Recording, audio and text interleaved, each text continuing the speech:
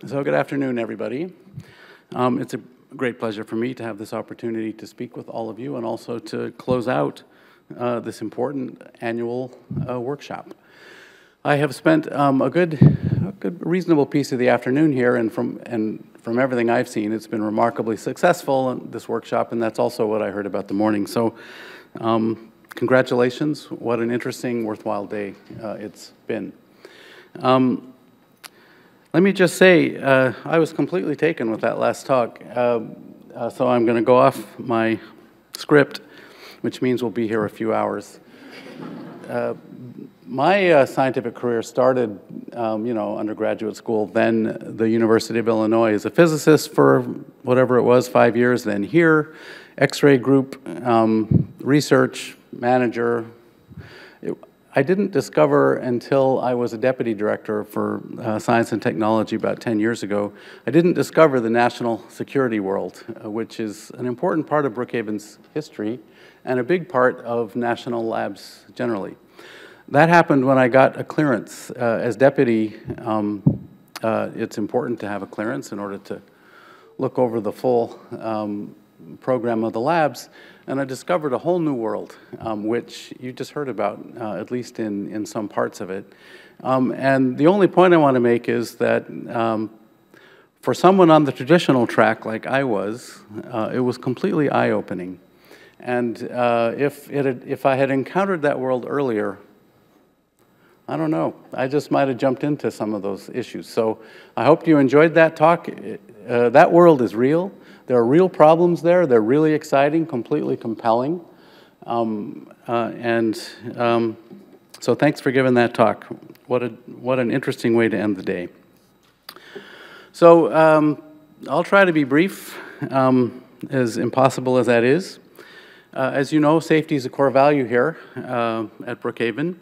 We've made a lot of progress in the last 5 years, especially with serious injuries, but we're still having less serious injuries in the last year or so in increasing numbers. And we've done some analysis on that. We understand partly that comes from overexertion, but a big part of it is just head in the game stuff. It's paying attention to what you're doing, thinking through your plans before you start doing work, start doing some project. And so the safety message for me today is simply to say, keep your head in the game, as if you'd never heard that before. But it's important, it's important to keep that in front of us. The other core value that I like to mention in front of audiences is about diversity and inclusion. I'll have more to say about that later on. But let me just say that I attended with others last week the third National Lab Directors Consortium meeting on D&I. It involved, besides some 14 or 15 lab directors, plus representatives for the ones who couldn't make it, all of the HR directors and the D&I diversity and inclusion representatives from the labs. We talked about current events, we shared best practices. We had a number of workshops that were fairly intense on implicit bias, that is, they were participatory, and altogether it was a really useful experience.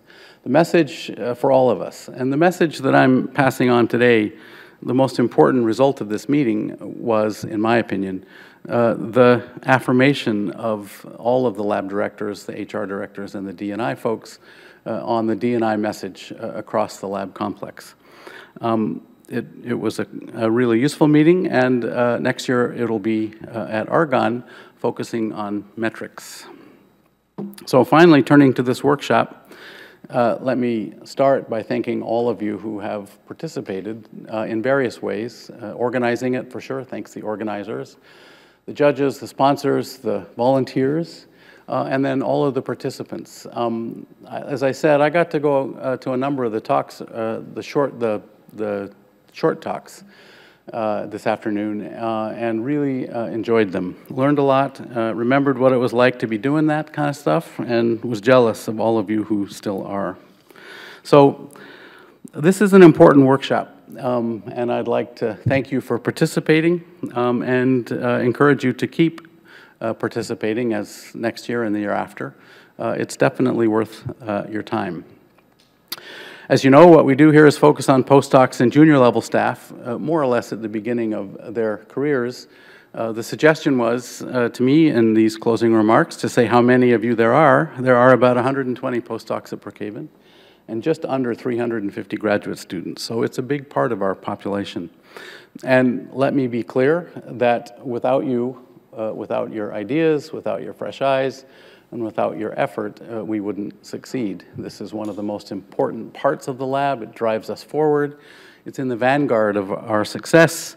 So this workshop, for that reason, is really important. Another part about this workshop which is important is the way in which it pulls the lab together. At this workshop, we give talks broadly. That is, you can have a mixture of talks, both the keynotes as well as the individual talks in the smaller groups. But it's not defined by a single topic. I heard a bunch of different talks this afternoon.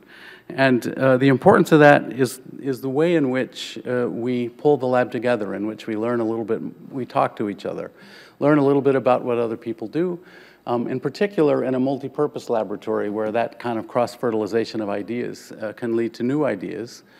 It's happened a number of times in the past. A recent prominent example is applications of what we learned about the perfect fluid correlated systems at RIC in condensed matter physics and high TC superconductors. But it doesn't always have to be that exotic.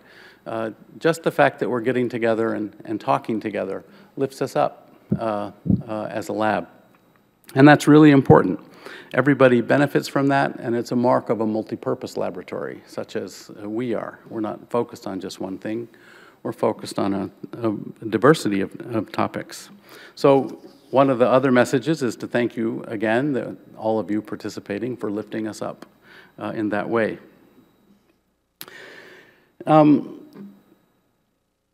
So I hope all of you are able to take advantage of everything that you participated in today.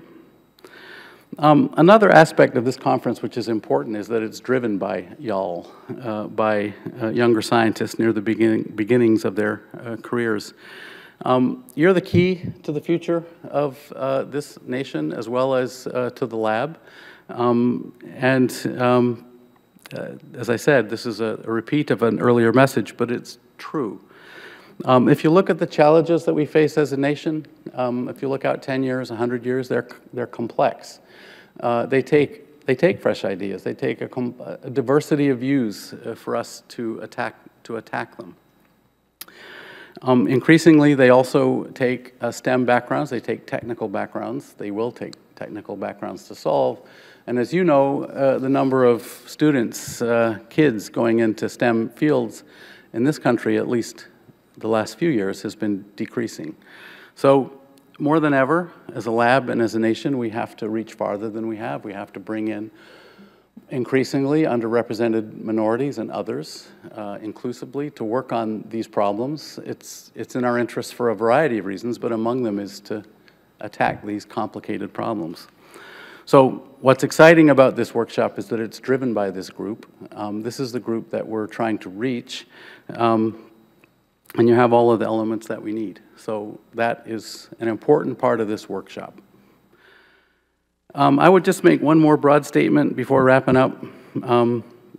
As a community, as a scientific community, we have to continue. I've been doing this for the last 5 years. I was doing it for 5 years before that, but it's more important, it's more obvious than ever that we have to continue doing this. We have to keep reaching out across certainly the political spectrum, but into our communities, talking about the importance of science and technology and the impact that it has on our future. That's really important. Doing it in simple terms that everyone can understand. So although this is driven by a younger crowd, that's a job that all of us have to do looking ahead, and I'd encourage you to continue doing that if you haven't started already. So let me just finish up by, in general terms, saying a couple things about what a national laboratory is, why I think it's exciting. As you know, at a DOE lab, in the broadest terms, we address this Department of Energy mission. My favorite phrase that describes it just takes 13 words: discover the solutions that power and secure America's future. Basically, it's using science and technology to address the nation's and, frankly, the world's most critical problems. The Department of Energy has 4 mission areas: science and technology, energy, national nuclear security, the last speaker, and environmental management. And the general charge is to use science and technology. In order to do that, we have to develop it. We're a multi-purpose science lab. That's one of the things that makes it fun to be here. But it's to use the science to address those other areas. So the 4 mission areas, again, science and technology, energy, national nuclear security, and environmental management. What makes a lab unique, what makes the national labs unique, the DOE labs, is the ability they have to make big teams to attack these problems. It's not just a single university professor or a group or a couple of groups. We can make big teams. We can also have small groups, but we can make big teams. That's one of the things that makes us unique. Also, our ability to make big facilities that a university couldn't otherwise afford, and then use them, and then address programmatic issues. So at Brookhaven, we're multi-purpose. We go across the spectrum. Big programs in nuclear physics, particle physics, energy generally, in bioenvironmental sciences, national security, which you heard about, accelerator science. Thank goodness, I don't think I left anything out. But a broad spectrum of activities. And for me, at least, that's one of the things that makes this so exciting. It's the diversity of problems that we attack and this sort of general mission to make the world a better place. That's why I'm still here after 30-something years, one of those people who, what did you say, doesn't move around? You're restless, I stay put. So anyway, I stay put because I think this place is so exciting, and that's one of the messages that I wanted to get across here to you. I was also asked to give some advice, always dangerous. I'm going to do it anyway. When I was a youngster, one of the smarter things I did was to follow what I was interested in. Yes, you have to listen to people who will tell you this is in your best interests, or this is important for you to do. But my advice on top of that is to do, this is one of the few chances you have, unconstrained by a lot of things, to do stuff that you really are interested in. And so my advice, if I were to give it, is to make sure you pay attention to that. You have to factor that realistic stuff in, I guess. But my advice is do what you're interested in. So thank you. Thank you for coming to the conference. Thank you for working at Brookhaven. And have a good evening.